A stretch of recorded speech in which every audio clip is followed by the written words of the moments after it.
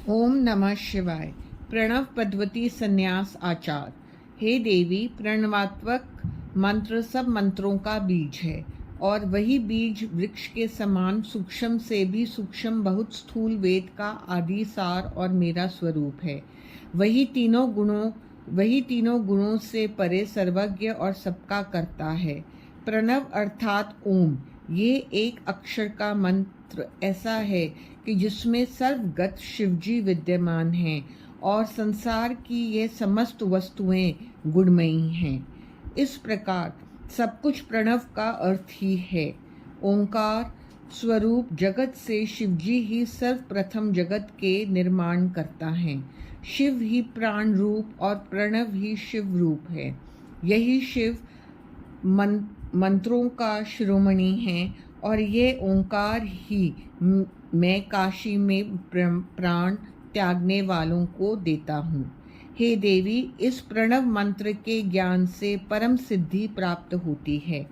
ब्रह्म से लेकर प्राणियों तक ये प्रणव ही सबका प्राण है। बाद में यही ओम हो जाता है। इसी महान बीज के आकार के रजोगुण से ब्रह्मा और ओंकार के सत्ययुग के पालन करने वाले हरि और मकार पुरुष बीज तमोगुण से संहार करता शिव प्रकट होते हैं। जब इन साक्षात महेश्वर का तिरोभाव होता है जो बिंदु रूप है और सब पर कृपा करने के लिए वही नाद रूप भी है। इन्हीं पर ब्रह्म का ध्यान करना चाहिए। शिवजी बोले, हे देवी, अब मैं संन्यास के बारे में बतलाता हूँ। यति को ब्रह्म मुहूर्त में उठना चाहिए और फिर अपने गुरु का ध्यान करें।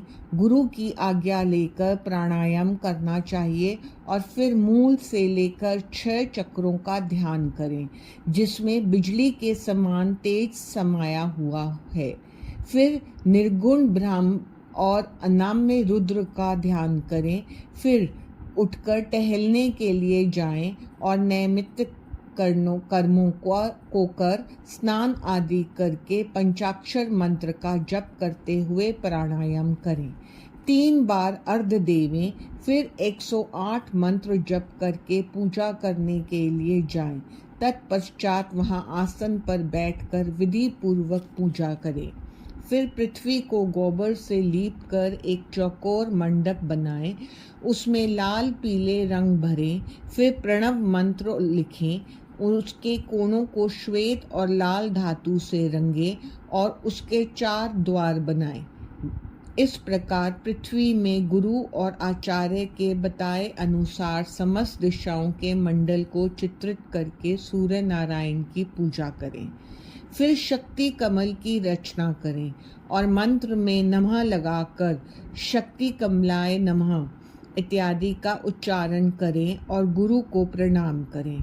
इस प्रकार अपनी आत्मा को पवित्र करें। फिर 3 प्राणायाम करके ऋषि आदि का ध्यान करके अगन्यास कर मंत्र से अग्निकोण के कमल की परिक्रमा करके श्वेत वस्तुओं से दक्षिण कमल की पूजा करें। फिर ईशान आदि का न्यास कर पंचकली से सद्योजात की कल्पना करें। इस प्रकार प्रणव न्यास कर फिर परमात्मा को बोधक हंस का न्यास करना चाहिए। इस प्रकार चौकोर मंडल बनाकर ओम की पूजा करें। उसके आधार पर प्रणव को ही पूजें और चंदन आदि तथा जल से परिपूर्ण करें। फिर उसमें ओंकार की गंध पुष्पादि से पूजा करें।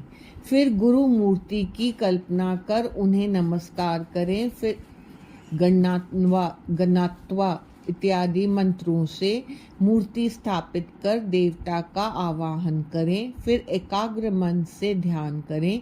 इस तरह गणेश जी का षोडोपचार पूजन करें। फिर स्कंद की पूजा करें और अग्नेय मंडल में सूर्य चंद्र संबंधी मंत्रों से ध्यान करें। ईशान आदि 5 ब्रह्मों का ओंकार पूर्वक चतुर्थी विभक्ति में नमः लगाकर श्वेत पुष्पों से कमल के आसन पर पूजा करें। इसके बाद सावधान मन से मौन होकर मनोमनी गौरी देवी की पूजा करें और मुद्रा दिखावें। हे देवी, जो इस प्रकार विधि पूर्वक तुम्हारी तथा मेरी पूजा करता है वे सिद्ध होता है। शिवजी बोले, हे देवी, यूं तो परमात्मा शिव के शिव, महेश्वर, रुद्र, पितामह, संसार, वैद, सर्वज्ञ और परमात्मा, ये 8 नाम मुख्य और नित्य प्रतिपादित हैं। फिर भी उपाधि निवृत्त होने पर शिव, शंकर और महादेव, ये तीनों ही नाम शंकर जी के प्रसिद्ध हैं। शिव तत्वदर्शी लोग उन्हें शिव नाम से पुकारते हैं। वे 23वें तत्वों से परे, प्रकृति से भी परे 25वें पुरुष हैं। उन्हीं को वाच्य और वाचक के भाव से वेद आदि में ओंकार कहते हैं। वे परमेश्वर, वेद से जानने योग्य, आत्मरूप, वेदांत में प्रतिष्ठित और पट पर से भी पट ही पुरुष और प्रकृति उनके अधीन है। अविनाशी माया उनकी प्रकृति है। उन महेश्वर की कृपा से ही माया से मोक्ष की प्राप्ति होती है। दुखों को दूर करने के कारण ही उनका नाम रुद्र पड़ा है। ब्रह्मा जी कहने लगे, जब शंकर भगवान ने ये कहा तो उनके वचन सुनकर परमेश्वरी पार्वती जी ने उनकी वैदिक स्तोत्रों से स्तुति करके शिवजी के चरणों में प्रणाम किया। हे मुनिगणों, इस समय पार्वती जी बड़ी प्रसन्न हुई। यह प्रणव के अर्थ को प्रकाशित करने वाला अत्यंत ही गहन विधान मैंने आपसे कहा है। वामदेव जी द्वारा ब्रह्म निरूपण।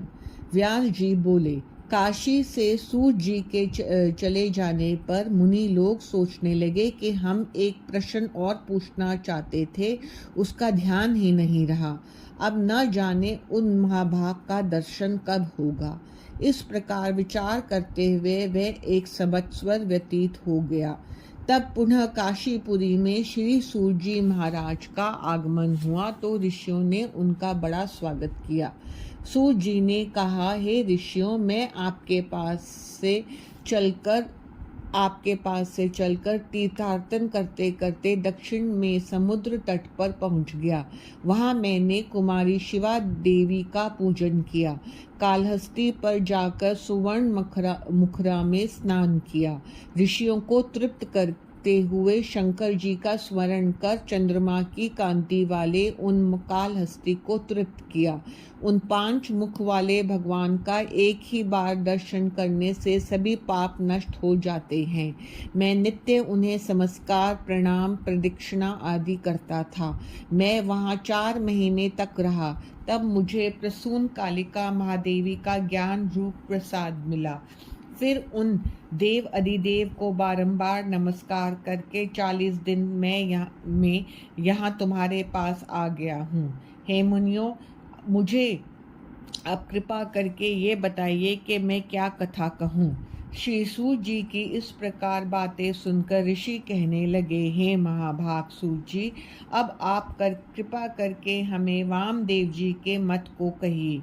सूत जी बोले, हे ऋषियों, पहले कल्प में वामदेव नामक से एक ऋषि हुए, जो गर्भ से उत्पन्न होते ही स्वयं शिव ज्ञान के ज्ञाता और सभी देवता तथा असुरों के जन्म कर्म के जानने वाले थे। वे शरीर में भस्म लगाकर जटामंडल मंडित, इच्छा रहित, दिगंबर, महाज्ञानी तथा दूसरे शिव के समान अपने चरणों से पृथ्वी को पवित्र करते हुए इधर उधर विचरण करते रहते थे।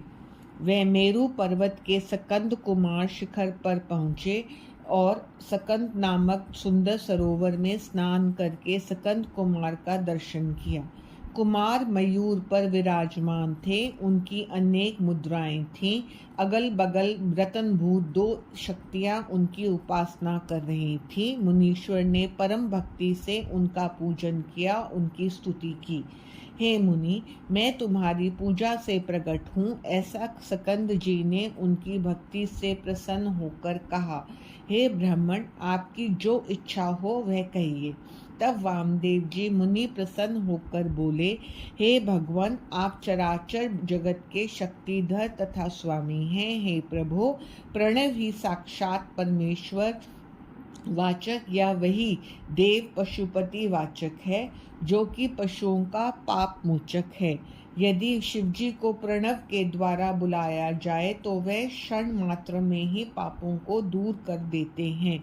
इस कारण